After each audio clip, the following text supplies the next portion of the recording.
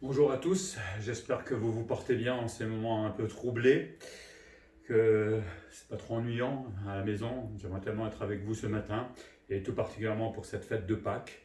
Mais bon, on va faire avec, n'est-ce pas? Et je vous invite à ouvrir votre Bible pour faire une lecture dans Actes chapitre 1, les versets 1 à 11. Actes 1, versets 1 à 11.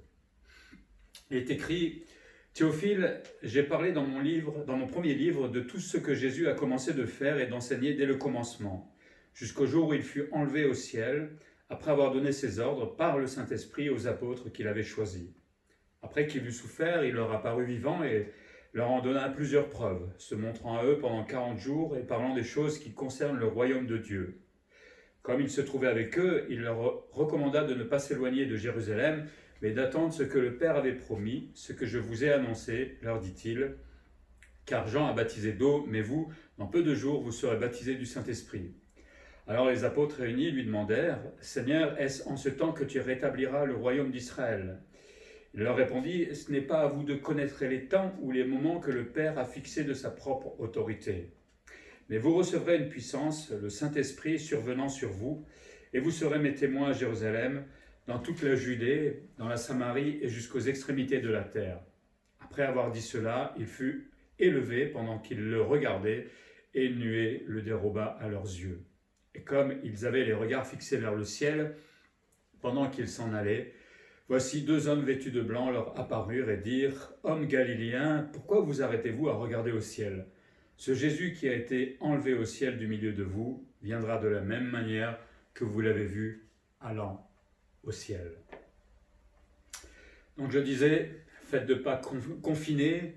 C'est pas parce qu'on est confiné qu'on est chez soi qu'on ne peut pas réfléchir, justement, on a le temps. Et c'est peut-être une bonne occasion de repenser à ces moments de Pâques, de ce que Jésus-Christ a vécu, sa mort, il nous a sauvés finalement, mais sa résurrection qui démontre qu'il était bien le Fils de Dieu, et finalement l'ascension de Jésus-Christ, ce que j'avais envie de partager ce matin avec vous. Si Jésus n'était pas parti, beaucoup de choses ne se seraient pas passées. Mais Jésus est monté au ciel et cela a permis d'envoyer le Consolateur, c'est-à-dire le Saint-Esprit, et grâce à lui ensuite de fonder l'Église. Et depuis, les chrétiens ont une mission d'annoncer la bonne nouvelle et d'être des témoins de Jésus-Christ partout dans le monde. En attendant que Jésus revienne pour triompher de ce monde, puisqu'il va revenir un jour, et l'ascension nous en parle aussi, on verra ça tout à l'heure, à nous de nous réjouir tout simplement de ce temps et d'être ces témoins fidèles du Seigneur. L'ascension. Jésus retourne vers son Père et cette ascension a été prophétisée. On voit par exemple dans le psaume 68, 19, il est dit: Tu es monté dans les hauteurs, tu as emmené des captifs, tu as pris en don des hommes, les rebelles habiteront aussi près de l'Éternel Dieu.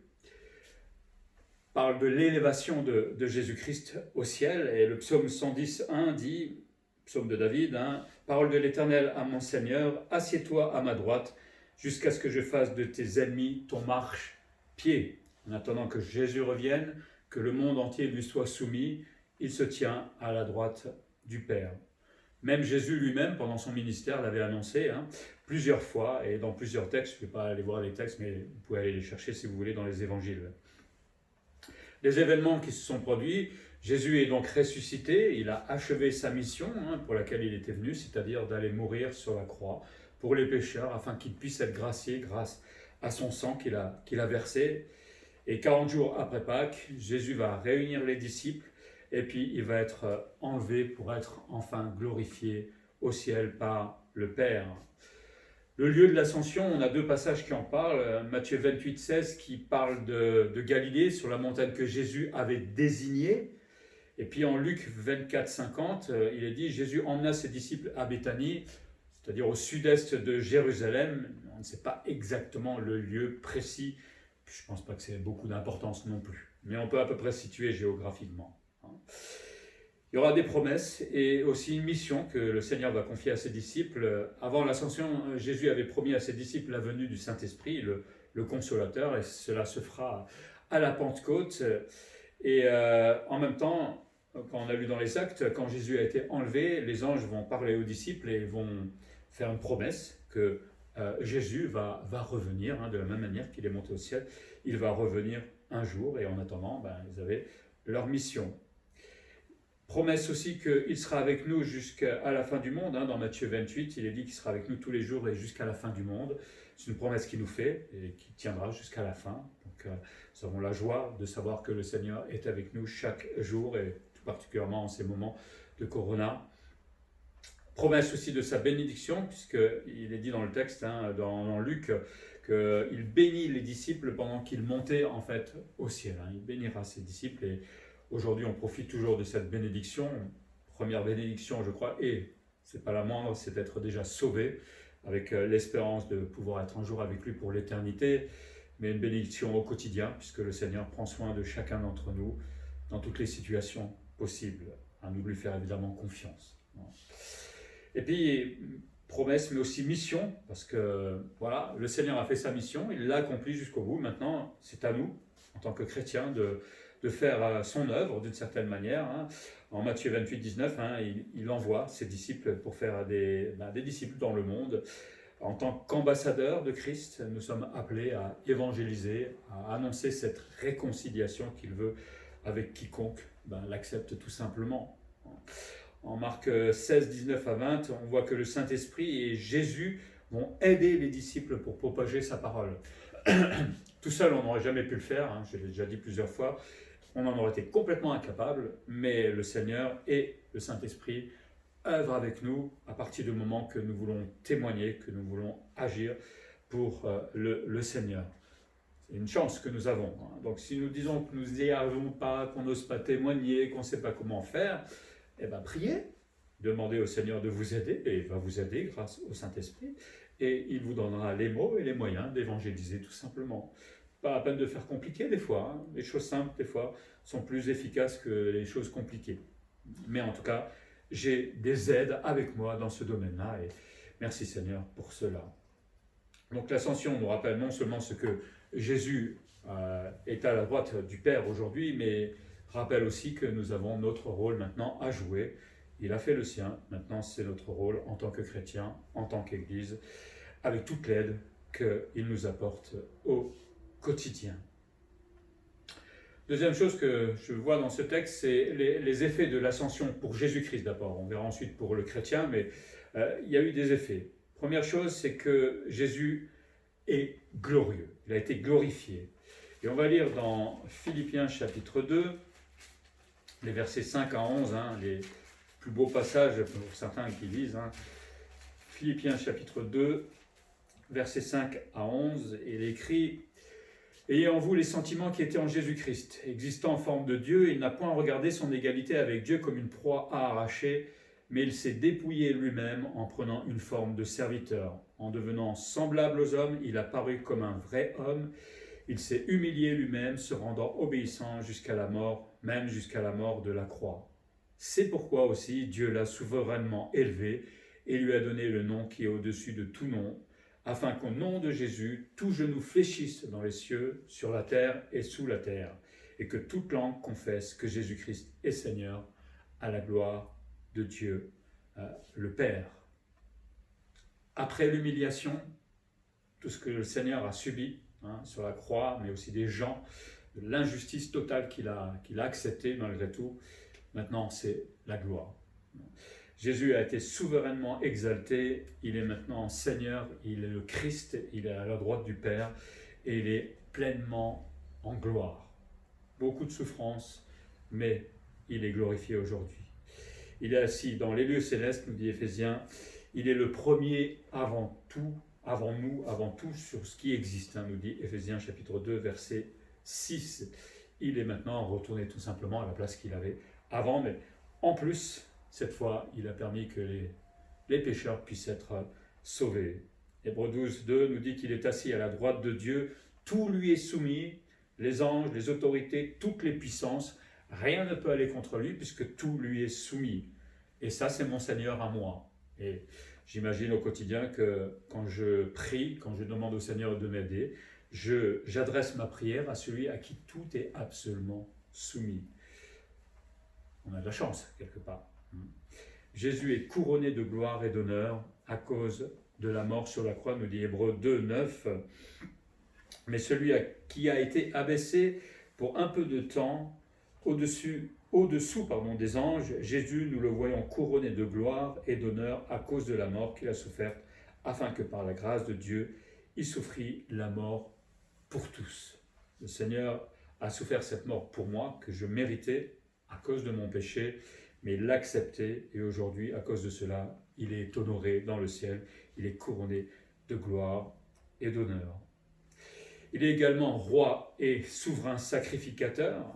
Alors, il est roi, alors il y a une différence dans le fait que, pour l'instant, il est roi dans le ciel, évidemment.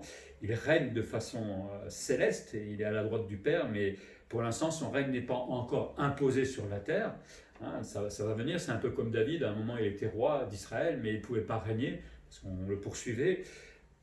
Jésus est bien le roi de ce monde, mais pour l'instant, on attend le millénium où il va imposer ce règne sur la terre, et ça sera un règne terrestre sur un trône visible du monde entier, et ça sera complètement imposé au monde, et personne ne pourra aller contre lui. C'est le millénium, comme on appelle ça. Et pendant 1000 ans, il régnera sur la terre, avant que la terre soit détruite, que finalement on règne pour l'éternité avec lui dans le ciel. Jésus est aussi souverain sacrificateur, il porte les deux casquettes, roi et souverain sacrificateur, comme le faisait autrefois le souverain sacrificateur quand on devait faire des sacrifices. Lui est entré dans le lieu très saint une seule fois avec son sang, tout simplement, et il s'est offert.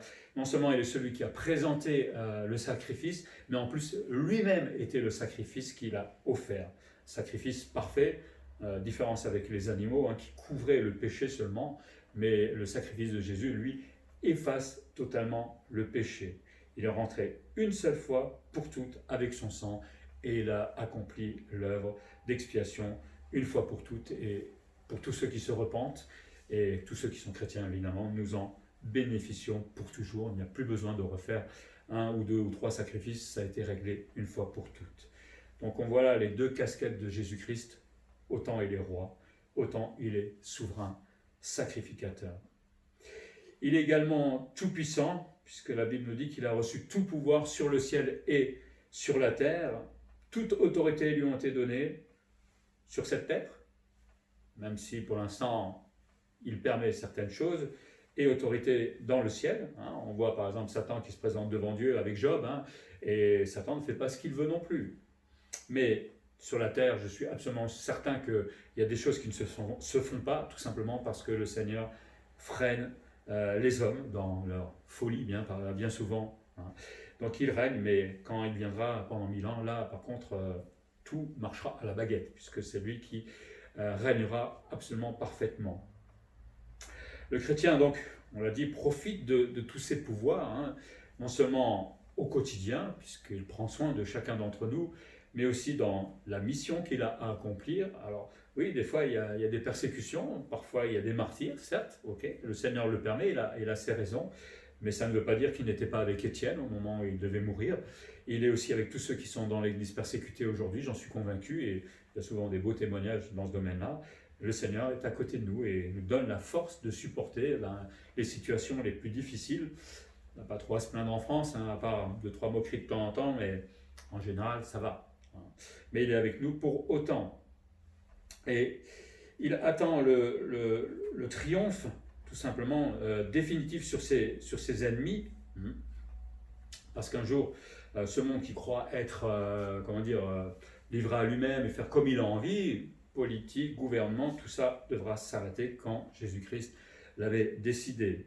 Dans Hébreux 10, versets 12 à 13, on peut lire « Lui, après avoir offert un seul sacrifice pour les péchés, s'est assis pour toujours à la droite de Dieu, attendant désormais que ses ennemis soient devenus son marchepied. » Tous ces gens qui disent « Moi, je ne crois pas en Jésus, moi, je ne veux pas suivre Jésus », ou tous ceux qui ignorent tout simplement Jésus-Christ, à un moment seront arrêtés brusquement dans leur course, devront fléchir le genou, qu'ils le veuillent ou non, devant le Seigneur, comme on a lu dans Philippiens tout à l'heure, et Jésus en fera son marchepied. C'est évidemment une image de la puissance de Jésus et du fait qu'il va imposer son règne. Mais bon, l'idée est là. Quand on n'a pas envie de fléchir le genou devant quelqu'un et qu'on est contraint de le faire, c'est extrêmement humiliant pour la personne. Évidemment, le fait qu'il ne triomphe pas encore aujourd'hui sur ses ennemis, ça prouve qu'il ne règne pas encore sur la terre physiquement. Il règne au ciel, à la droite du Père, mais physiquement, ce n'est pas encore le cas. Il n'est pas encore le roi de la terre pour l'instant. Mais son triomphe va venir, évidemment, et vu tout ce qui se passe en ce moment, on se pose quand même des questions. Il y a beaucoup de choses qui nous font penser qu'on n'est pas si loin de son retour. Il va triompher quand il reviendra en gloire à Armageddon, pour cette fameuse bataille. On avait fait l'eschatologie, et une bataille terrible où les nations vont se liguer avec l'Antichrist contre Jésus-Christ, mais c'est Jésus évidemment qui va être vainqueur au bout. La bête et le faux prophète seront jetés dans l'étang de feu et Jésus instaurera son royaume pour 1000 ans. Là, il y aura des jugements terribles pour les nations, pour les Juifs aussi. Mais bon. Donc, plein d'effets pour Jésus-Christ.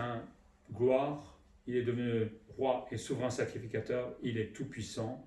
Ce que ça m'apprend moi en tant que chrétien, tout simplement, c'est que son obéissance, son humilité ont finalement élevé Jésus-Christ. Il était dans le ciel, glorifié par les anges, absolument servi par tout le monde. Il a accepté de s'humilier, de s'abaisser pour un temps en devenant serviteur. Et c'est parce qu'il a fait cela qu'il a été élevé, exalté, qu'il est au-dessus de tous aujourd'hui. Pour moi, c'est une vraie leçon en tant que chrétien. Si j'ai envie d'être le premier tout le temps dans l'église, peut-être même ailleurs, Jésus n'a pas agi comme cela. Il a été le serviteur des uns et des autres. Et si on veut être le premier dans l'église, Jésus, il regarde une seule chose, c'est comment je sers les autres, comment je me rends serviteur des autres. Voilà ce que Jésus attend du chrétien. Il n'attend pas que le chrétien soit toujours servi, qu'on s'occupe de lui, qu'on le bichonne, qu'on le plaigne. Ce qu'il attend du chrétien, c'est qu'il se mette à servir les autres. Et si ça ne va pas dans son cœur, qu'il demande au Seigneur de l'aider, qu'il demande de l'aide chez les frères et sœurs, mais le chrétien ne doit pas être toujours bichonné. Il doit aussi à un moment se mettre à travailler et à devenir le serviteur des uns et des autres, comme Jésus-Christ l'a été durant sa vie. Troisième chose, on a vu les effets pour Jésus-Christ de l'ascension, mais on voit aussi des effets pour le chrétien.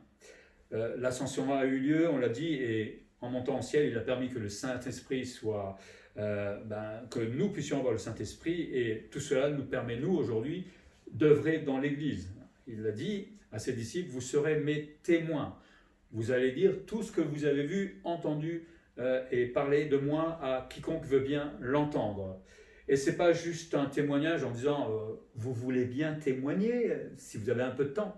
Non, c'est carrément un ordre, puisque dans Acte 10, 42, il est dit, et c'est les apôtres qui disent, et Jésus nous a ordonné de prêcher au peuple et d'attester que c'est lui qui a établi par Dieu juge des vivants et des morts. Si on se pose la question, est-ce qu'il faut que je sois témoin, est-ce qu'il faut que j'annonce l'évangile, oui, non, il n'y a pas à se poser la question, c'est un ordre. Alors chacun a une mission différente, on est bien d'accord, mais ça reste un ordre. Ce n'est pas juste une option dans la vie du chrétien. À partir du moment que je suis dans un endroit, dans un lieu de travail, avec mes collègues, ma famille, etc., j'ai reçu l'ordre de la part du Seigneur d'être le témoin. Alors le témoin, ce n'est pas seulement d'annoncer la bonne nouvelle, si on peut le faire, faisons-le, mais c'est aussi notre façon d'agir. Si je dis être chrétien à mon travail et que je vole, que je râle tout le temps, que je pleurniche, que je dise des mauvaises choses sur mon patron ou je ne sais pas quoi, c'est pas être un témoin. Et puis, ces collègues qui savent peut-être que je suis chrétien et qui me voient agir de cette manière-là vont dire, mais t'es sûr que tu es témoin de Jésus-Christ ?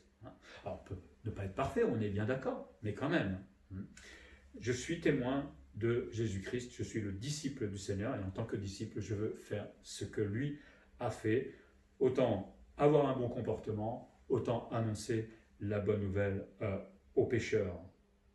Et pour cela, Jésus va recevoir du Père le Saint-Esprit, et 50 jours plus tard, l'Église naîtra à la Pentecôte.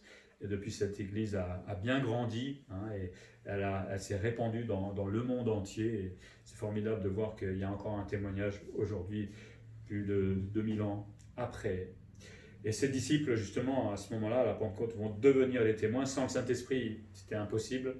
Ils étaient repartis travailler, hein, si mes souvenirs sont bons, mais c'est à partir du moment qu'ils ont eu le Saint-Esprit qu'ils ont pu commencer à travailler. Et le Seigneur a dit, commencez à témoigner de Jérusalem jusqu'aux extrémités de la terre.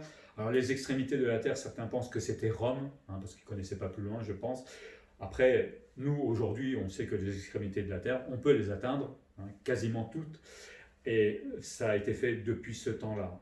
Mais on se souviendra aussi qu'au départ, l'Église était restée confinée, curieusement, à Jérusalem, parce qu'on était bien ensemble. Hein. Bon, il y avait la persécution aussi, mais qui commençait, mais on était bien ensemble. Et c'est à cause de la persécution, justement, que l'Église va devoir se séparer, partir à droite et à gauche, et l'Évangile et aller au plus loin de Jérusalem pour se répandre un peu partout. Nous avons cette puissance qui est le Saint-Esprit et il l'a répandue sur l'Église afin que nous puissions servir le Seigneur Jésus-Christ. Et en même temps, la Bible nous dit que l'Esprit a distribué des dons. Hein. Non seulement l'Esprit nous permet de témoigner, mais il a aussi donné des dons, hein, pour servir dans l'Église. Et Paul appelle les Corinthiens, hein, dans 1 Corinthiens 12, à aspirer aux dons les meilleurs. Hein. Il ne s'agit pas de se dire, ouais, je sais que j'ai un don dans l'Église, mais bon, un jour peut-être j'aurai un mail de la part du Seigneur, et puis quand j'aurai ce mail, je me mettrai au travail peut-être. Non. Il s'agit d'aspirer d'abord, c'est, ouais, j'ai envie de servir le Seigneur, j'ai vraiment envie voilà, j'ai ma place dans l'Église, je veux faire quelque chose pour le Seigneur dans l'Église. Quoi? Alors là, prenez le temps de prier, parlez-en avec moi, ou avec les responsables du conseil, ou peut-être avec même les uns des autres, pourquoi pas. Tu verrais faire quoi dans l'Église? Entre la prière et la demande, s'entourer de plusieurs conseillers, on peut essayer de faire quelque chose dans l'Église, et puis on verra bien. Hein, le Seigneur confirmera ou tel don. Mais il faut bien que je me dise une chose, le Seigneur n'a pas dit, je suis chrétien, je m'assois le dimanche matin dans l'Église, j'écoute, je me laisse servir, et ensuite je m'en vais. Alors, quand on est au nouveau, évidemment, on a le temps, mais au bout d'un certain temps, c'est pas ça que le Seigneur nous demande. Le Seigneur nous demande, tu as une place, tu es une pierre vivante dans l'Église, tu as une place que moi je t'ai destinée, hein, le Seigneur évidemment, et il faut que je trouve ma place. Alors, aujourd'hui on se dit, c'est le confinement, donc tout va bien, hein. C'est pas sûr, parce que peut-être que la place de chaque chrétien aujourd'hui, hein, vous savez, l'Église, c'est pas quelque chose qui est toujours linéaire, c'est quelque chose qui a bougé, persécution, pas persécution, donc on se réadapte aussi aux besoins, et là je crois que est-ce que c'est un don? Je ne sais pas, mais on a tous la capacité de prier pour le gouvernement, on avait vu ça la dernière fois, pour toutes les situations données, on a le temps d'exercer ce don-là, en tout cas, de prier les uns pour les autres. Puis quand on se reverra, et j'espère que c'est pour bientôt, et bien à ce moment-là, on remettra nos dons en place et en action dans l'Église. Jésus-Christ n'est pas mort que pour me sauver, il est mort aussi pour me donner un don, pour me qualifier. Et ça, il faut s'en souvenir. Il est mort sur une croix pour me qualifier moi et pour me donner une mission dans l'Église. À part évangéliser, à part annoncer la bonne nouvelle, mais aussi pour agir dans son Église. Je suis important à ses yeux. Et donc, il faut que je me mette aussi au travail. Vous êtes confinés, pour ceux qui ne savent pas encore quoi faire, c'est l'occasion, tous les jours, pourquoi pas. Prenez votre Bible, lisez-la, priez, demandez au Seigneur, mais qu'est-ce que je vais pouvoir faire une fois que le confinement est fini dans l'Église? Posez-vous la question, c'est important, normalement. Il fait encore dans le sens où ce Saint-Esprit va me permettre de grandir en maturité, hein, parce que tout seul, moi, j'y arriverai pas, mais j'ai besoin du Saint-Esprit. Et on avait parlé de notre avocat il y a quelques dimanches. Hein, on a cet avocat qui est là pour nous aider dans nos difficultés, qui va prendre ma défense, qui permet de nous rappeler que Jésus va me pardonner quand je chute, mais heureusement qu'il est là pour me relever et pour repartir de plus belle. Mais évidemment, il attend notre repentance. Il nous accueille au trône de la grâce, il n'y a aucun problème. Mais heureusement qu'il est là comme cela, comme avocat. Parce que quand je chute, et ça nous arrive tellement souvent, vous imaginez si on n'avait pas d'avocat, comment on ferait? hein, s'il ne voulait pas nous pardonner. Mais il nous relève, il nous pardonne et on repart de plus belle. Et à force de chute, alors on va chuter de moins en moins, je le souhaite en tout cas, hein, normalement, mais à force de chute, je vais aussi grandir spirituellement, forcément, parce que quand je chute, je dois demander pardon au Seigneur et donc je vais devoir changer aussi mes habitudes et forcément je vais mûrir spirituellement. On a aussi un intercesseur, nous dit la Bible, hein, qui veille sur nos intérêts. Dans Romains 8, 34, il est dit « Qui les condamnera ?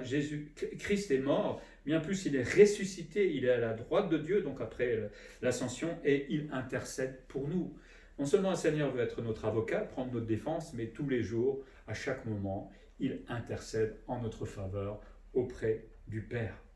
C'est pas génial ça de se dire que là, en ce moment, ou peut-être dans les situations difficiles, le Seigneur intercède pour moi auprès du Père. Voilà, Emmanuel est dans telle situation, voilà, j'intercède pour lui, aide-le, il a des besoins, etc. Et en plus, nul ne peut nous accuser ni nous ravir de sa main, hein, on a vu ça dans Romains.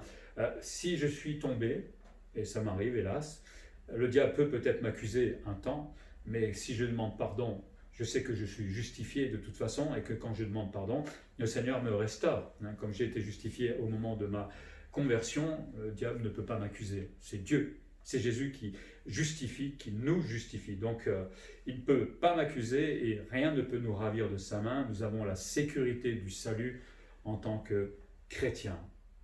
Ah, quelle chance nous avons aussi dans ce domaine-là. Et puis on a une oreille attentive à nos besoins, puisque la Bible nous dit que nous avons un libre accès dans la présence de Dieu. Autrefois, c'était le souverain sacrificateur qui rentrait dans le lieu très saint, mais aujourd'hui, au travers de Jésus-Christ, évidemment, nous avons un libre accès auprès du Père et nous pouvons nous présenter devant lui et lui nous entend, nous écoute et nous pouvons lui adresser nos prières. Et non seulement il nous entend, mais il savait déjà toutes choses bien avant qu'on lui demande. Et on voit là toute la puissance de la prière, puisqu'on peut la faire au nom de Jésus-Christ, c'est-à-dire que Jésus-Christ, comme il intercède pour nous, il va plaider notre cause auprès du Père. Et en plus, comme Jésus est tout-puissant, il est aussi capable d'accomplir nos prières, si évidemment ça va dans le sens de sa volonté. Mûrir, c'est ce que le Seigneur veut au travers du Saint-Esprit qu'il nous a donné. On ne peut pas être chrétien, bébé, toute notre vie, on ne peut pas manger du lait toute notre vie, on ne peut pas rester au même stade toute notre vie, c'est pas normal, c'est pas le programme de Dieu. Et peut-être c'est l'occasion de ce confinement de faire un petit récap sur notre vie chrétienne, où est-ce que j'en suis, comment je réagis peut-être dans cette situation de pandémie, est-ce que je suis effrayé, est-ce que j'ai peur, ou est-ce que j'ai confiance dans le Seigneur, est-ce que durant les dernières années je me suis laissé aller, ou est-ce que j'ai vraiment essayé d'avancer avec le Seigneur en maturité? Il n'y a que vous qui pouvez répondre à cette question-là, mais si vous voyez que votre courbe est un peu linéaire, c'est l'occasion de peut-être se mettre à genoux et dire au Seigneur, voilà, c'est vrai que je me la coule douce peut-être en tant que chrétien et maintenant fais le travail que tu veux faire dans mon cœur. Apprends-moi à vouloir mûrir, apprends-moi à vouloir t'obéir, à vouloir te suivre, à devenir vraiment un disciple. Et si vous faites cette prière, le Seigneur le fera, ça j'en suis convaincu. Un dernier effet de cette ascension pour le chrétien, c'est que il y a l'espérance, on en avait parlé aussi il y a quelques dimanches, nous avons une espérance vivante d'être un jour dans la présence de Dieu. Le Saint-Esprit nous rappelle que Dieu est Père, Abba, Père, nous dit la Bible, et le fait que le Saint-Esprit me rappelle que Dieu est mon Père, donc ça me réconforte, ça m'encourage, et quel formidable papa j'ai avec moi. Et en plus, le Saint-Esprit va rendre cette espérance vivante, réaliste en fait, c'est pas juste un « ouais, je crois que peut-être… Non, c'est quelque chose d'absolument réaliste, comme la vie est réaliste. Mon espérance d'être un jour avec le Seigneur est absolument réaliste. Un jour, comme je vois les choses aujourd'hui, je serai dans le ciel, dans la gloire, avec Dieu. Inimaginable peut-être pour nous aujourd'hui, mais ça sera aussi réaliste que notre vie. Ah, on se pose des questions, comment ça va être, Et la Bible nous dit qu'on aura ce fameux corps glorifié auquel j'aspire moi personnellement, avec toutes les douleurs qu'on peut avoir des fois, mais un corps comme celui de Jésus-Christ qui est monté au ciel. Il avait encore un corps terrestre, mais qui a été glorifié, mais vous voyez, il a pu monter au ciel tranquillement. Il n'y aura plus de souffrance, plus de Covid-19, ça sera réglé. toute façon, il n'y aura plus de péché, donc il ne pourra plus avoir de maladie. Plus jamais toutes ces choses qui font finalement tellement de mal à cause du péché à l'être humain. Et nous avons l'assurance et même la preuve, c'est pas parce que quand on parle d'espérance, on a la preuve au travers de Jésus-Christ que tout cela est absolument réaliste et s'accomplira un jour à la lettre. Aujourd'hui, Jésus est vivant et le chrétien attend son grand retour, mais en attendant que Jésus revienne, le Seigneur nous a confié cette mission d'être des témoins et d'annoncer la bonne nouvelle à ce monde qui est perdu. Et une quatrième chose que nous apprend ce texte, c'est que l'ascension signifie aussi retour de Jésus-Christ. Quand Jésus est monté au ciel, les disciples étaient là.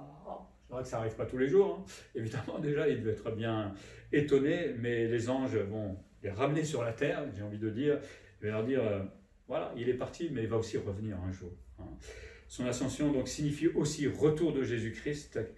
Alors ne confondons pas l'enlèvement de l'Église et le retour de Christ, ce sont deux actes différents. Alors, notre position, c'est de dire que Jésus enlèvera son Église avant la tribulation. Cette tribulation va durer 7 ans.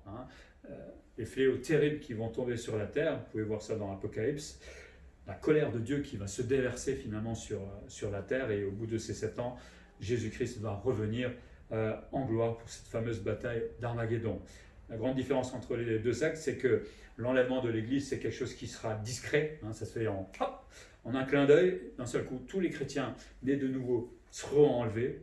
Alors, je dis discret, certainement dans l'enlèvement, mais si vous n'êtes pas à votre lieu de travail, si vous n'êtes plus dans votre voiture, dans votre famille, etc., ça ne sera pas si discret que ça.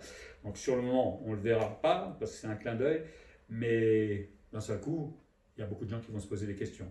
La différence aussi, c'est que l'enlèvement se fera sans les anges. Et puis l'Église rejoint Jésus sur la nuée des cieux. Et pourquoi on pense que c'est avant la tribulation? Parce que le chrétien, c'est dit dans 1 Thessaloniciens 5,9, n'est pas destiné à la colère de Dieu, et cette colère de Dieu va s'accomplir durant cette tribulation de 7 ans. Et puis au bout de ces 7 ans, on l'a dit, le retour de Jésus, il reviendra. Je le répète, il reviendra. Ça fait 2000 ans qu'on le dit certainement, et on est pressés, nous chrétiens, de voir cela. Pauvre Paul, il aurait bien voulu voir Jésus revenir, mais il reviendra un jour, corporellement, personnellement, et tout le monde le reconnaîtra. Alors tout le monde aujourd'hui, on peut le dire, puisque de toute façon, avec les médias qu'on a, en une fraction de minutes, j'ai envie de dire de secondes même, le monde entier reconnaîtra Jésus-Christ, parce que ça n'arrive pas tous les jours que quelqu'un descende avec ses anges sur la terre, évidemment. Tout le monde le verront, il sera vu de tous. Je ne sais pas la tête qu'auront les gens ce jour-là. BFM TV, Facebook, les likes, les machins, tout ce qui va se passer ce jour-là, mais ça va être hallucinant quand Jésus va poser ses pieds sur la terre avec ses anges. Ça va être formidable peut-être pour ceux qui étaient pendant la tribulation et qui ont accepté Jésus-Christ dans leur vie et qui seront souvent des martyrs, mais ça va être absolument effrayant pour toutes les nations, pour tout ce monde qui a dit non, il n'existe pas, on n'en veut pas, on s'en fiche, mais là maintenant il est là et vous ne pouvez plus rien faire. Il reviendra sur la nuée avec ses anges, et comme un voleur, c'est dit dans Matthieu, il posera ses pieds sur le mont des Oliviers, et il viendra là vivant devant tout le monde, et on le reconnaîtra puisque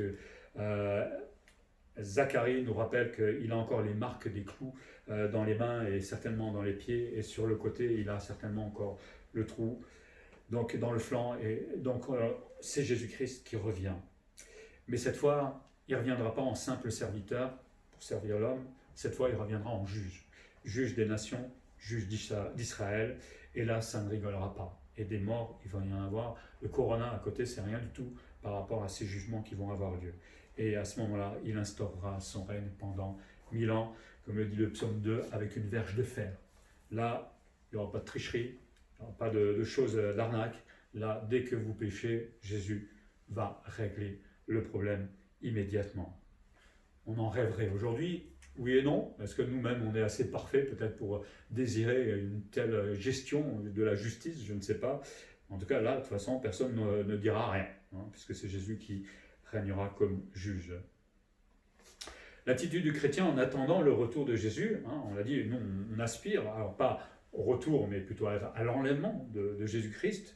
La Philippiens nous rappelle que nous sommes des citoyens des cieux. Hein. Je suis autant sur la terre, mais comme je dis tout le temps, ma carte d'identité, il y a marqué il habite au ciel en fait. Hein. Moi, je suis citoyen du ciel. Donc, j'ai déjà ma place dans le ciel. J'ai un pied sur la terre et un pied dans le ciel. Je suis citoyen du ciel et nous attendons avec impatience, évidemment, l'enlèvement de Jésus-Christ, mais aussi le retour dans le sens où moi, je me réjouis de me dire qu'un jour, vous avez parlé à tellement de gens de Jésus-Christ, ils ont dit ouais, bof, ou ils ont carrément dit non, mais là, on pourrait leur dire, mais qu'est-ce que tu dis maintenant? Tu peux plus rien dire, il est en face de toi. Donc là, tu ne peux pas renier cette vérité. Hein. Jésus est bien là, avec tous ces anges, qu'est-ce que tu peux dire? Hein.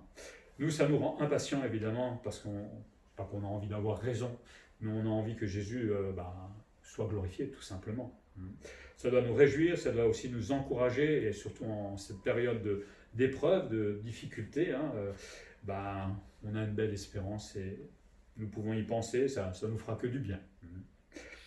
En attendant que Jésus revienne, 2 Corinthiens 5,20 nous rappelle que nous sommes ambassadeurs de Christ. Hein. Nous représentons Christ sur la terre comme un ambassadeur représente son pays dans un autre pays. Notre pays, c'est le ciel, on l'a dit tout à l'heure, notre futur pays évidemment, et aujourd'hui, on représente sur la terre le Christ, qui est le roi du ciel, et nous sommes, nous, ces citoyens du ciel qui représentons tout simplement Jésus-Christ sur la terre. Nous sommes les témoins de cette réconciliation qu'il veut avec le pécheur.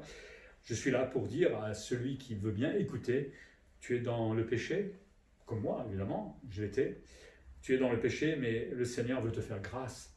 Il ne veut pas te condamner, et aujourd'hui il te laisse encore la possibilité de te repentir, de reconnaître ton état, et de l'accepter ensuite comme ton sauveur, et comme ton Seigneur. Et évidemment, le Seigneur se plaît quand quelqu'un se convertit, il y a de la joie dans le ciel pour une personne qui accepte Jésus-Christ dans sa vie. Mais moi, je suis témoin de cette réconciliation que moi j'ai vécue d'abord, et j'ai envie de la partager tout simplement avec quiconque veut bien l'écouter. Le retour de Jésus est proche. Hein. On avait fait de l'eschatologie il y a quelques temps, il y a beaucoup de signes qui se mettent en place, le temple, et puis des bruits de guerre, et puis des choses curieuses qui se passent en ce moment. Mais le retour de Jésus-Christ est proche, à nous d'être prêts, hein, pas pour le retour, mais pour l'enlèvement, nous, en tant que chrétiens, mais peut-être à tous ceux qui ne connaissent pas le Seigneur, il va revenir. Donc, vous pouvez le renier, vous pouvez imaginer ce que vous voulez, mais il reviendra. Peut-être une occasion de réfléchir, et tout particulièrement en ce moment avec ce Covid-19, on ne sait pas ce qui peut m'arriver demain, je peux le choper, hein, et je peux me retrouver dans un lit d'hôpital, et peut-être dans quelques jours être loin du Seigneur, et ça serait vraiment malheureux que ça vous arrive alors que la grâce est actuellement encore offerte. Donc réfléchissez en ces moments, vous qui ne connaissez pas le Seigneur. Soyons prêts, et à nous, en tant que chrétiens, offrons la bonne nouvelle à ceux qui veulent écouter. On ne peut pas évangéliser, mais il y a les réseaux sociaux. Hein, si on peut peut-être parler à nos amis comme cela, pourquoi pas, qui sait ce qui peut arriver. Pour terminer, Matthieu 28, 17 nous rappelle que au moment où Jésus est monté au ciel, durant l'ascension, il y a eu des incrédules, et il y a ceux qui adoraient Jésus-Christ. Il y avait 2 groupes ce jour-là. C'est curieux, des incrédules, ils n'étaient pas sûrs encore. Heureusement que le Saint-Esprit va arriver. Et puis il y a ceux qui adoraient Jésus-Christ. Est-ce qu'ils le faisaient parfaitement? Non, je ne pense pas, mais il a fallu évidemment encore du Saint-Esprit. Mais 2 groupes. La question que je vous pose simplement, c'est dans quel groupe vous êtes aujourd'hui, tout simplement? Est-ce que vous êtes des incrédules? Vous ne croyez pas en Jésus? Vous ne croyez pas du tout à tout cela? Ou est-ce que vous êtes dans le groupe de ceux qui adorent Jésus-Christ, qui l'ont accepté un jour dans leur vie et qui l'adorent aujourd'hui, et qui le reconnaissent comme étant le roi de la terre et du ciel et de l'univers, et qui l'adorent tout simplement? Est-ce que vous êtes prêt à le rencontrer? Si c'est non, ça veut dire que vous n'êtes pas prêt. Si c'est oui, c'est que vous êtes prêt. À vous de décider, tout simplement. Mais n'attendons pas le retour de Jésus-Christ. N'attendons pas, comme les anges ont dit, que quand Jésus va poser ses pieds sur la terre, n'attendons pas ce jour-là pour l'accepter. Ce sera certainement trop tard. Jésus est monté au ciel, et les anges ont dit, il va redescendre de la même manière. Et le jour où il descendra, il faudra être prêt à l'accepter. Sinon, on sera jugé. Pour nous les croyants, à nous de nous réjouir de l'avenir glorieux qui nous attend dans l'éternité. On a le temps un peu de réfléchir, de se promener. Alors attention, hein, selon ce qui est demandé par le gouvernement, on a le temps d'admirer un peu la nature. En plus, il fait tellement beau aujourd'hui, c'est cruel quelque part, mais on a le temps de contempler tout ça et de dire merci Seigneur pour la nature, merci Seigneur pour l'espérance, merci Seigneur parce que tu es monté au ciel, parce que tu as été glorifié, tu es mon Seigneur. Je veux apprendre à faire de toi plus mon Seigneur encore en devenant ton disciple, en apprenant à m'humilier devant toi et surtout en mettant mes dons en pratique et à nous réjouir tout simplement de partager l'éternité avec lui. Voilà un peu tout ce que nous apprend l'ascension. On n'en parle pas souvent de l'ascension, pourtant vous voyez, il y a beaucoup de choses à dire à partir de cela. Voilà, que le Seigneur nous réjouisse, nous fasse du bien dans notre cœur, qu'il nous encourage pendant ces moments de confinement. Je sais que c'est difficile pour tout le monde, on est impatient de ressortir, mais c'est une occasion d'apprendre justement la maîtrise de soi, la patience. C'est des domaines importants aussi dans la vie du chrétien. Que le Seigneur vous bénisse et vous encourage encore avec ces quelques mots. Et j'ai envie de prier cette fois. Seigneur, merci pour ta parole qui est la vérité. Merci pour l'œuvre que tu as fait à la Pâque. Tu as accepté de t'humilier à devenir un simple serviteur pour venir me servir, moi, Emmanuel, qui était dans le péché absolu, qui ne voulait même pas de toi, Seigneur. Mais tu m'as tellement aimé, et tu as accepté de mourir sur cette croix à ma place. Non seulement tu es mort sur la croix, mais tu es aussi ressuscité. Et tu l'as démontré à plus de 500 témoins, et ce n'est pas une blague, c'est une réalité, Seigneur. Et une fois que tu as démontré cela, tu es monté au ciel, à la droite du Père, où tu es aujourd'hui glorifié. Seigneur, merci parce que cela a permis d'envoyer le Consolateur, le Saint-Esprit qui nous aide d'abord dans la régénération, mais aussi dans notre vie de chrétien, pour cette vie de sanctification, de transformation. Merci pour le Consolateur, l'Avocat, qui est tellement utile chaque jour pour chacun d'entre nous. Mais nous nous réjouissons aussi, Seigneur, parce que tu ne resteras pas au ciel pour l'éternité, tu redescendras un jour et tu imposeras ton royaume à ce monde incrédule. Et quelle joie ce sera ce jour-là de te savoir le roi sur la terre.